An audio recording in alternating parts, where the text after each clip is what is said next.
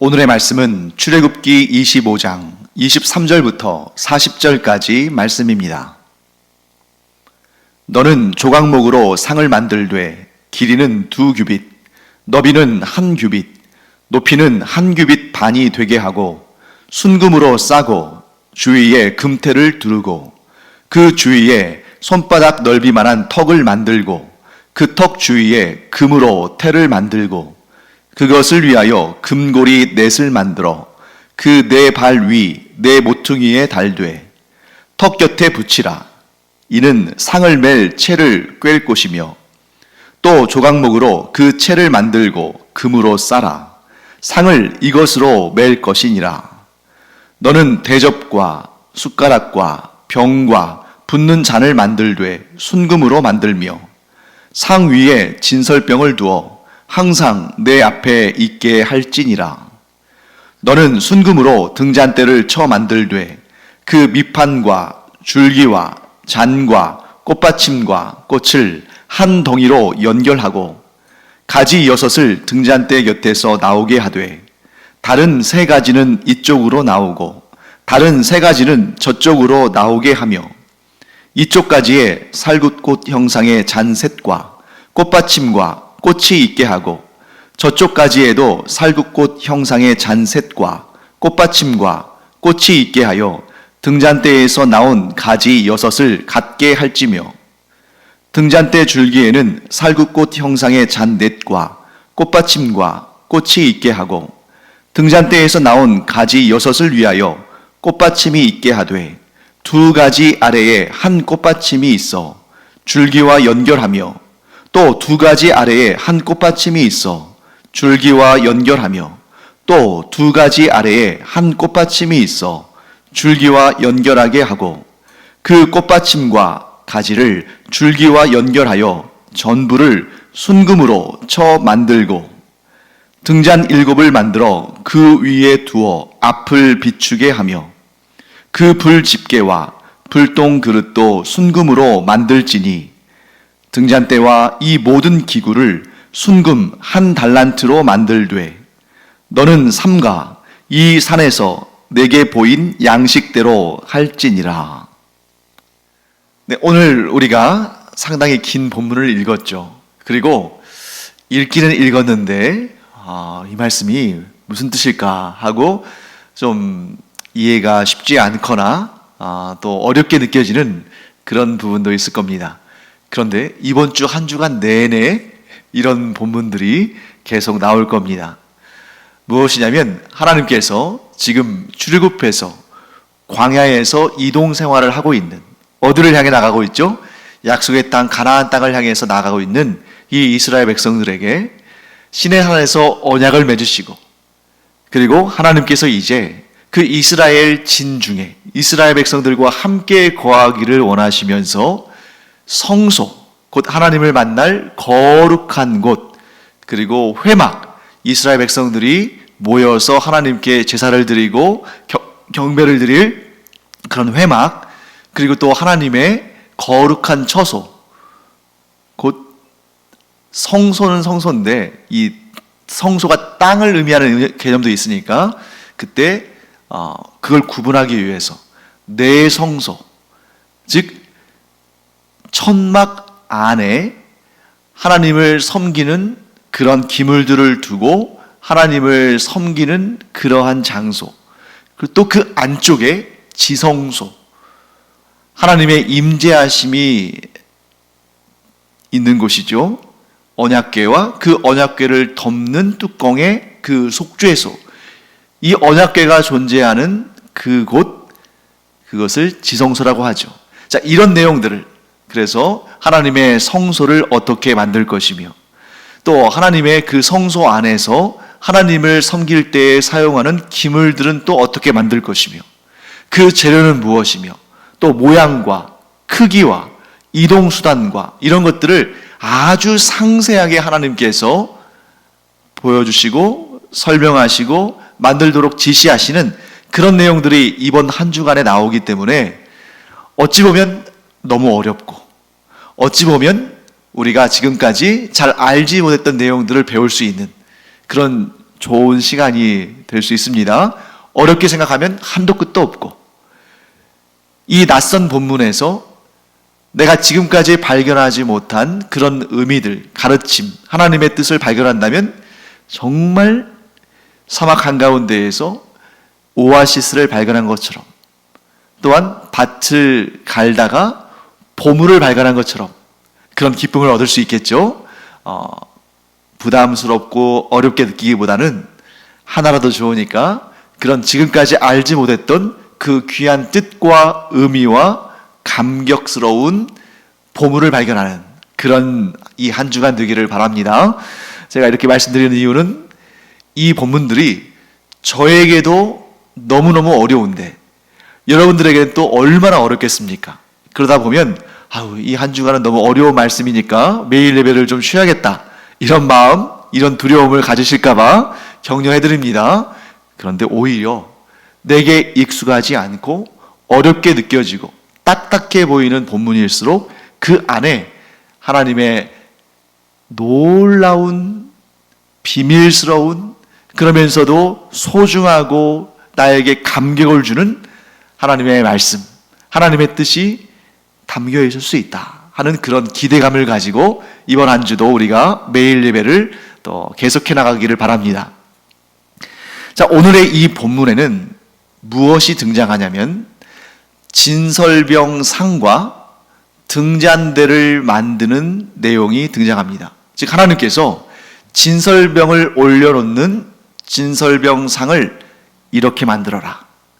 또 그 내 성소, 그 성소 안을 밝히는 등잔대를 이렇게 만들어라 하고 말씀을 해주시는 것입니다.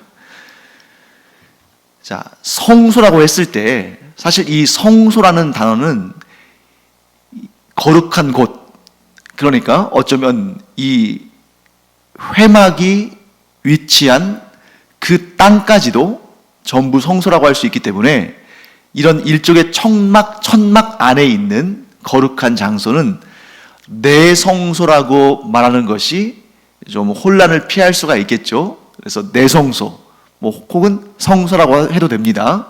이런 내 성소 안에는 아주 주요한 하나님을 섬기는 데 필요한 세 가지의 기물이 있는데 그 세 가지를 우리가 배워야 됩니다. 자, 오늘 본문에 나오는 것은 그 세 가지 중에 두 가지예요. 하나는 진설병, 하나님께 올려드리는 떡인 진설병을 올려놓는 진설병상, 그리고 또 하나는 밝은 빛을, 이 성소 안을 밝게 비추는 등잔들이 7개가 위치하는 등잔대, 이렇게 두 가지입니다. 그럼 이제 한 가지가 뭔지 이제 궁금하잖아요. 그 내성소 안에 하나님을 섬기기 위해서 준비되어야 할 세 개의 중요한 기물 가운데에 오늘 본문에서 진설병상이 나왔고 또 등잔대가 나왔으니 나머지 하나는 무엇일까? 나머지 하나는 출애굽기 30장에 등장하는 것인데 그것은 향단이 뭐겠어요? 하나님께 향을 피워드리기 위해서 필요한 그 기물이겠죠. 이 분향단이라고도 하고 그냥 향단이라고도 할 수 있습니다. 이 분향단이 그 마지막 세 번째인데 그것은 우리 출애굽기 30장에서 또 배우도록 하겠습니다. 자, 이 세 가지의 기구, 내 성소를 하나님께서 관리하도록 하실 때에 그 내 성소 안에 위치해야 할 이 세 가지 기물, 진설병상과 등잔대와 분향단, 이 세 가지의 공통적인 특징은 무엇인가? 그것은 오직 제사장들이 아주 철저하게 또한 날마다 주목하여서 관리해야 한다는 것입니다. 자, 그런데 오늘 본문이 어려운 이유는 뭐냐면, 자, 진설병을 올려놓는 상과 또 등잔대와 이런 것에 대해서 어떻게 만들라고 재료며 크기며 위치며 이런 것에 대해서 아주 하나님께서 상세하게 설명해 주셨지만 하나님의 말씀을 모세가 받아 문자로 기록은 했지만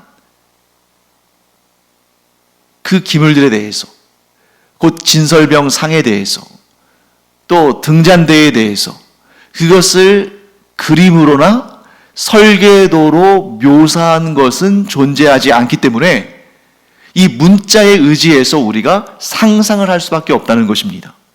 물론 사이즈나 또는 어떤 형태나 이런 것에 대해서는 이 문자를 통해서 우리가 알 수 있지만 정확한 디자인을 우리가 알 수 없기 때문에 전적으로 추론할 수밖에 없는 거죠.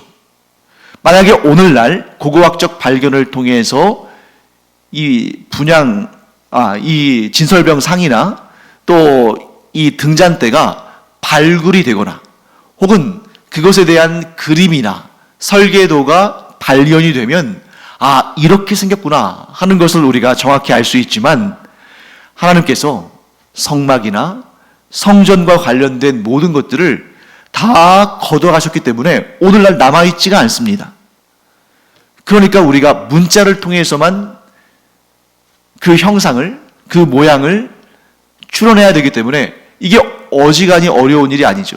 그러니까 어렵기만 할 뿐만 아니라 사람들마다 저마다 자기 스스로의 추론을 통해서 이렇게 생겼다, 저렇게 생겼다 말을 하지만 그 어느 것도 정확하게 원래 그 오리지널 모습 그대로라고 확증할 수 있는 근거는 아무것도 없습니다.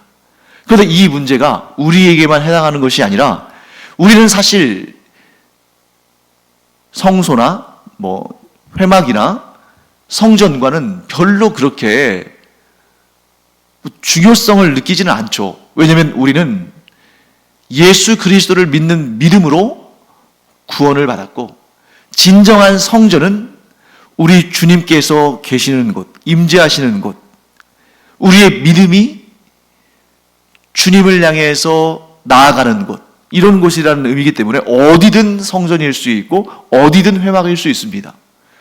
그런데 유대교는 그렇지가 않죠. 유대교에 있어서는 이 모세오경, 또 그 안에 담긴 율법, 또 성소, 성전, 이런 것들이 굉장히 중요한 의미를 갖기 때문에 이들은 우리와는 비교할 수 없을 만큼 이 문제를 중요하게 다룹니다. 그런데 이 유대교의 랍비들도 이 문자로만 회막에 대해서, 성소에 대해서, 그 성소 안에 있는 기물들에 대해서, 이 거룩한 성물들에 대해서 문자로만 알기 때문에 이들도 아주 다양한 추론의 근거에서 다양한 설계도와 모양들을 제시하기는 하지만 그나마도 랍비들에 따라서 각각 공통점도 있겠습니다만 세부적인 내용에 있어서 차이가 있으니까 어떤 것이 옳다, 어떤 것이 원래의 모습이다 라고 주장할 수 있는 근거는 어디에서도 찾을 수 없는 것이죠. 그렇기 때문에 오늘날 우리가 이 성소나 성전에 관련된 그런 본문들을 읽을 때 반드시 우리가 알아야 할 사실, 주의해야 할 사실은 뭐냐면 성전 혹은 성막과 관련된 또 그 안에 있는 기물들과 관련된 정확한 외형을 파악하는 것이 중요한 것이 아니다. 왜냐하면 지금 오늘날 우리가 가지고 있는 자료로서 그 정확한 외형과 정확한 모양을 아는 것은 사실상 불가능하다.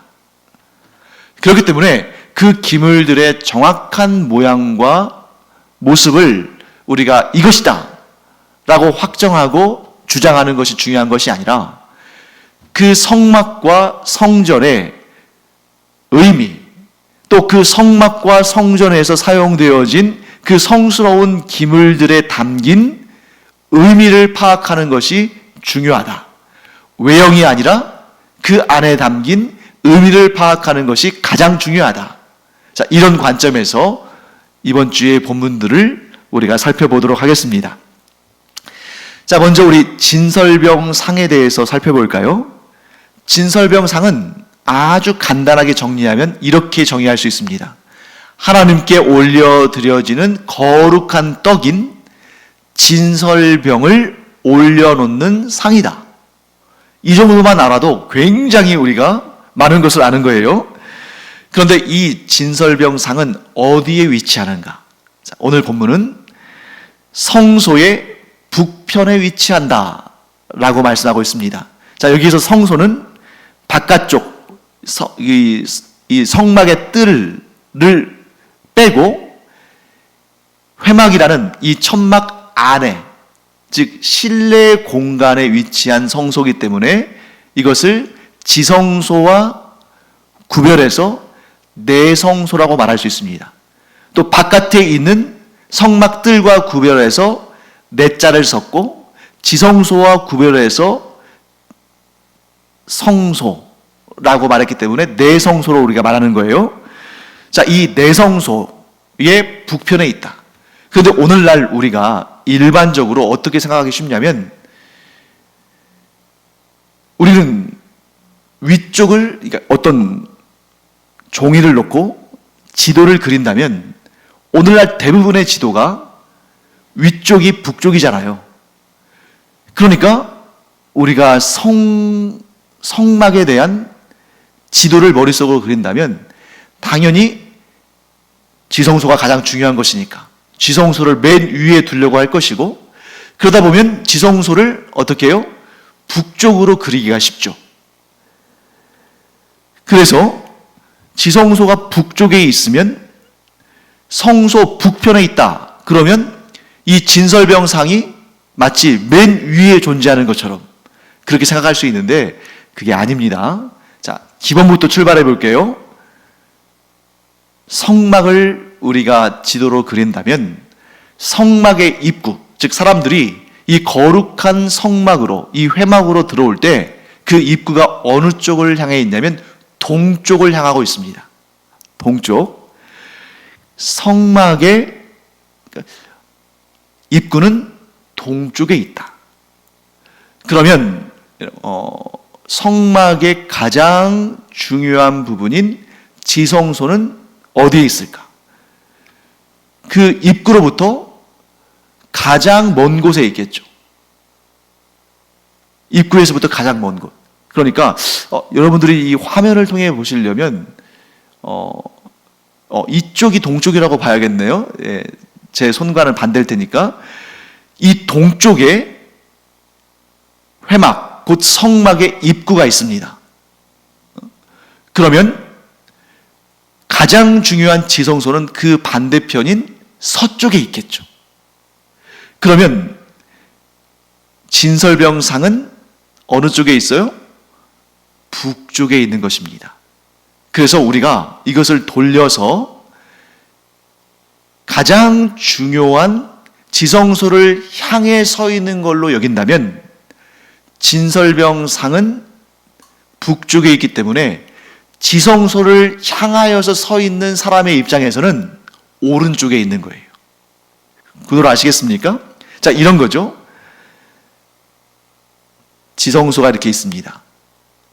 그리고 맨 아래에는 이 회막으로 들어오는 입구가 있는 거죠. 회막으로 들어오는 입구가 있고 그 반대편 가장 높은 곳에 지성소가 있는 거죠. 근데 이 지성소는 서쪽을 향해 나 있는 것입니다. 서쪽 방향이에요. 왜? 이 회막의 입구가 동쪽을 향해 있으니까. 그러면서 지성소를 향해 섰을 때에 그 오른편에 진설병상이 있는 것이고, 그렇다면 그 반대 남쪽, 즉 왼쪽에 등잔대가 있는 것입니다. 자, 동서남북의 방위로 생각하면 쉽지 않지만 지성소를 바라보는 그런 방향으로 본다면 이렇게 되는 거예요.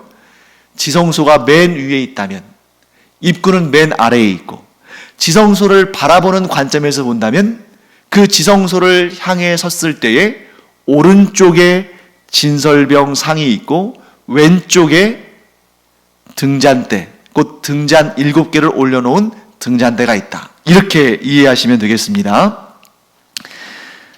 오른편 왼편으로 이해하면 훨씬 더 방위보다 좀 쉽게 느껴지실 거예요.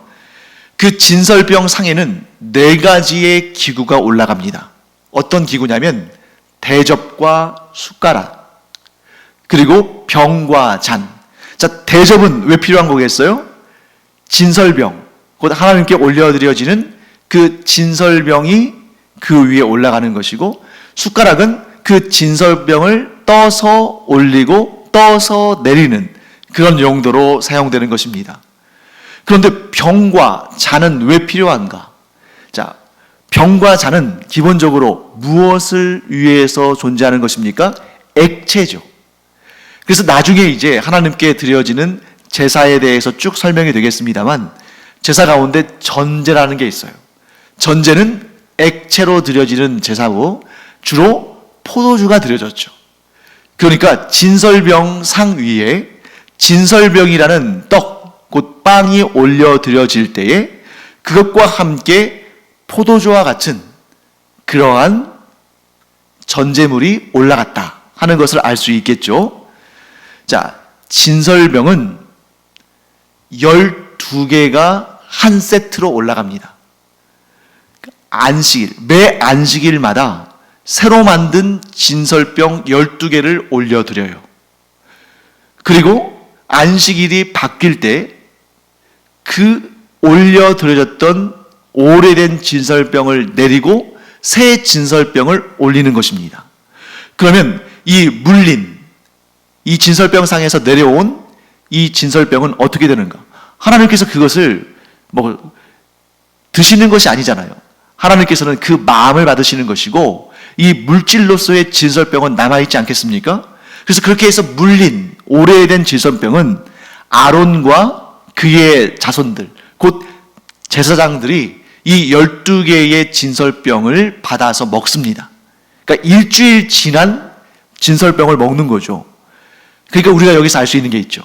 일주일이 지나도 썩지 않도록 이 진설병은 무교병, 즉 누룩이 들어가지 않은 그러한 빵이다 하는 것을 알게 됩니다. 자, 그렇다면 이 진설병의 개수가 12개인 이유는 뭐겠습니까? 이스라엘의 12지파를 상징하는 것이죠. 자, 그러면 이 진설병에 담긴 의미는 무엇일까? 자, 이스라엘의 12지파를 상징하는 12개의 진설병을 하나님께 드렸다는 것은, 또한 그 진설병은 누룩이 들어가지 않은 것이라는 것은 이스라엘의 12지파가 자신들을 상징하는 것이 각각의 하나씩의 그 떡이니까요.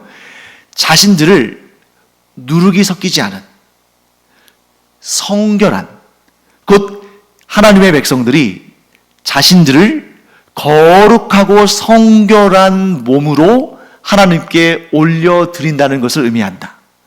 곧 진설병이 의미하는 것은 하나님께 순결하고 정결한 온전한 헌신으로 자신들을 하나님께 드린다, 헌신한다, 이런 의미를 가지고 있는 것입니다. 자, 그렇기 때문에 이 진설병의 의미는 경건한 헌신, 진실한 헌신, 충성된 온전한 헌신, 이것을 의미하는 거겠죠. 자, 여기에도 아주 깊은 의미가 담겨 있습니다. 이스라엘 백성들이 하나님께 이 진설병을 드리는 이유가 무엇입니까? 이스라엘 백성들이 하나님과 언약을 맺었기 때문이죠. 자, 서로 언약을 맺은 당사자들은 그 언약의 대상에 대해서 헌신해야 됩니다. 그것도 헛되고 악하고 거짓되고 잘못된 것들이 섞이지 않은 순수한 헌신을 하나님께 올려드려야 한다는 거죠.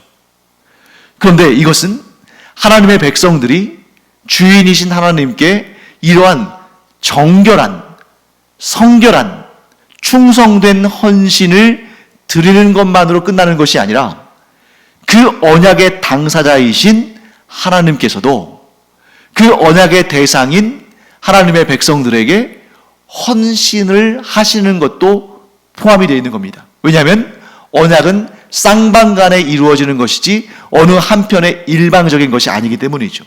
그래서 하나님께서는 하나님의 백성들에게 이 진설병으로 상징되어지는 거룩한 헌신, 거짓이 없는 헌신, 충성된 헌신을 요구하십니다.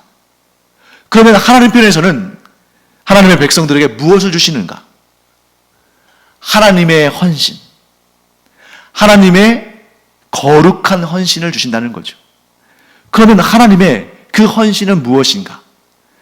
백성들을 버리지 않으시고 끝까지 그들을 지키시고 그들을 돌보시며 그들에게 구원을 주시는 것, 이것이 하나님의 입장에서의 헌신이죠.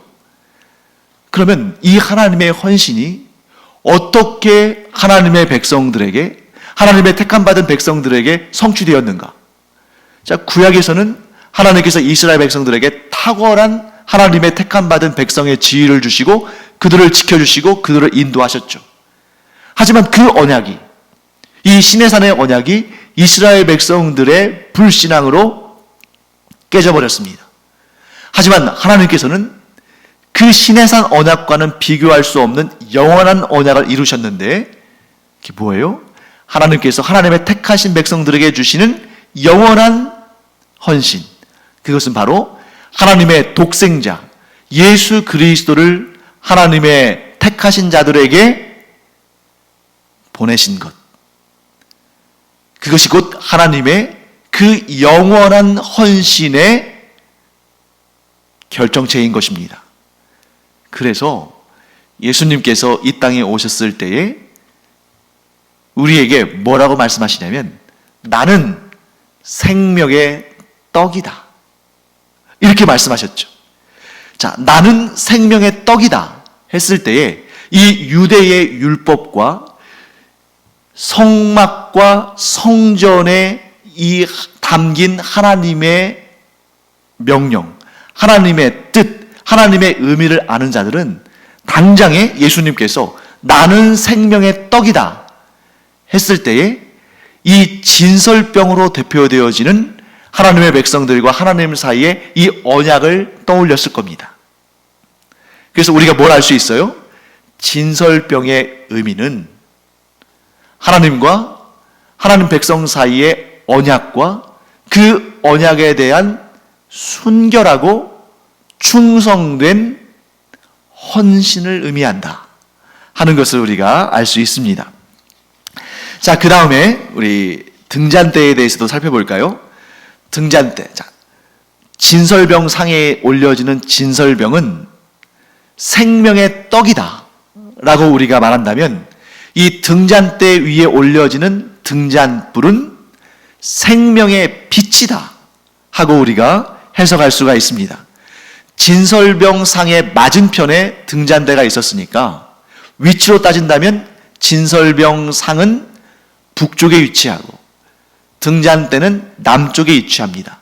또 지성소를 향하여 섰을 때에 진설병 상은 오른쪽에 위치하고 등잔대는 왼쪽에 위치합니다. 등잔대는 나무와 나무 가지의 형상을 닮았죠. 즉 하나의 줄기에서 가지들이 7개가 뻗어나오는 것입니다. 그 중에 가운데 가지는 중앙에, 그리고 좌우편으로 3개의 가지씩, 그래서 그 각각의 가지마다 하나씩의 등잔이 올라가고 그 등잔 위에 불을 지피는 것이죠. 그리고 가장 중요한 것, 이 등잔대와 관련해서 가장 중요한 것은 이 7개의 등잔불이 절대로 꺼져서는 안 된다. 자, 절대로 꺼져서는 안 되는 이유가 무엇입니까? 이 등잔불이 의미하는 것은 하나님과의 언약, 또한 생명의 빛을 상징하는 것이기 때문에 이것은 꺼트리지 않아야 한다 하는 것입니다. 그래서 제사장들은 이 불이 절대로 꺼지지 않도록 잘 간수한다는 것이죠. 그러면 이 등잔대에 올려지는 등잔이 7개인 이유는 무엇일까? 자, 여러분 이제 앞으로 성경을 읽으실 때, 특히 이 성막이나 또 성전이나 또 요한계시록이나 이러한 내용들을 읽을 때 숫자들이 많이 등장하는데 7은 완전수다. 곧 이 생명의 빛은 완전한 것이다. 그러므로 그것은 절대 꺼트려서는 안 된다 하는 것입니다. 하나님께서 우리에게 주신 생명의 빛은 완전한 것이다, 그런 의미를 담고 있습니다. 그 다음에 이제 이러한 이 내성소 안에 있는 이 기물들, 오늘 두 가지 나왔죠? 진설병 상과 그리고 그에 쓰이는 기구들, 그리고 등잔대와 그 위에 올리는 등잔과 그것을 관리할 때 쓰는 기구들, 뭐 예를 들어서 불을 지필 때 쓰는 것이랄지, 그 불똥을 치울 때 쓰는 것이랄지, 또 진설병을 올려놓는 대접이랄지, 진설병을 옮길 때 쓰는 숟가락이랄지, 전제물을 드릴 때 사용한 병이나 잔이랄지, 이런 기구들은 전부 금으로 만들거나 혹은 금을 입혀라. 이렇게 하나님께서 제작하는 방식을 알려주셨습니다. 이렇게 여러분들이 기억하시면 되겠어요. 하나님께 쓰임받는 거룩한 기물들은 기본적으로 금을 사용한다. 그런데 둘론 아닙니다. 상당히 무게감이 있어서 여러 명이 함께 채를 끼워서 이동해야 되는 그런 묵직한 기구들에 대해서는 조각목으로 만들고 그 속은 비계하고 그 바깥은 금으로 씌워라. 금을 녹여서 발라라. 이런 거죠. 반면에 그렇게 무겁지 않은 것들, 그래서 혼자서도 나를 수 있는 것들은, 제사장들이 혼자서 이동할 수 있는 것들은 금을 쳐서, 즉 두들겨서 만들어라. 즉 무거운 것은 나무로 만들고 그 위에 금을 씌우고, 가벼운 것은 금을 두들겨서, 곧 금을 쳐서 금으로만 만들어라. 그때 금을 어떻게 해야 되냐면 순금만 사용해라. 합금은 안 된다는 거죠. 섞으면 안 된다. 자, 여기에서 우리가 알 수 있는 의미가 무엇입니까? 금 자체가 순결함을 의미하는데 거기에다가 불순물이 섞이지 않은 순금을 사용한다는 것은 순수함, 거룩함, 성결함을 의미한다는 것이죠. 곧 하나님께 쓰임받는 물건들은 거룩해야 한다, 순수해야 한다, 순결해야 한다는 것이죠. 그것을 우리의 삶에도 적용할 수 있겠죠. 하나님의 일꾼으로, 하나님의 도구로, 하나님의 사역에 있어서 하나님의 손길로 사용되어지는 모든 성도들은, 곧 하나님께 속하고 하나님께 쓰임받는 모든 성도들은 순금과 같이 정결하고 죄를 멀리하고 불순한 마음들을 제거하고 거룩한 하나님의 사람들로 쓰임 받아야 한다 하는 그런 깨달음을 우리가 얻게 되는 것입니다. 그리고 마지막으로 하나님께서 이 내성소를 채우는 기구들을 설명하실 때에 진설병 상과 등잔대와 분향단에 대해서 말씀하시는 것으로 그치지 않으시고, 그것을 위해서 쓰임받는 그러한 작은 도구들, 뭐 예를 들면 아까 말씀드린 것처럼 대접, 숟가락, 병, 잔, 그리고 불집게, 또 불똥 그릇, 불똥을 담는 그릇, 이런 것까지도 다 세세하게 설명하셨습니다. 뭘 의미합니까? 우리의 이 교회 공동체에 어떤 경우에는 훌륭해 보이는 사람이 있고, 또는 아무런 중요한 역할을 맡지 않은 사람이 있는 것처럼 보이고, 인간적으로 볼 땐 그렇죠. 하지만 하나님께서는 이 교회 공동체 안에 있는 모든 이들을 소중하고 거룩한 일에 모두 동참시키시고 그들이 합력하여 하나님의 일을 함께 이루기를 원하신다. 또한 우리 개인으로 본다면 우리의 개인의 삶에 있어서 모든 부분이 다 소중하고 모든 부분이 하나님을 섬기는 데 사용되어진다. 내 삶에 있어서 좋은 부분도 있고 좀 좋지 않은 부분도 있고, 내 성품과 인격에 있어서 상당히 성숙한 부분도 있고 성숙하지 않은 부분도 있고, 또 내 재능이, 내 은사가 좀 귀하게 쓰임받는 부분도 있지만 정말 초라하게 보이지 않는 그런 부분도 있지만, 하나님께서는 이 모든 것을 다 소중하게 여기시고 다 존귀히 사용하시기 때문에 그러므로 우리는 우리의 삶의 모든 부분에 있어서 또한 교회 공동체 안에 있어서의 모든 성도들은 다 저마다 순금과 같이 정금과 같이 순결함, 거룩함, 정결함을 늘 유지해야만 언제든지 하나님께 존귀하게 바로바로 그때그때마다 항상 하나님께 쓰임받을 수가 있다 하는 것을 우리가 깨닫게 됩니다. 사랑하는 성도 여러분, 오늘의 말씀을 통해서 우리가 분명한 것을 깨닫습니다. 거룩하면 하나님은 반드시 존귀하게 사용하신다. 거룩하지 않기 때문에 하나님께서 사용하지 않으시는 것이지, 거룩하게 내 자신을 하나님 앞에 드린다면 하나님은 얼마든지 존귀하게 사용하신다.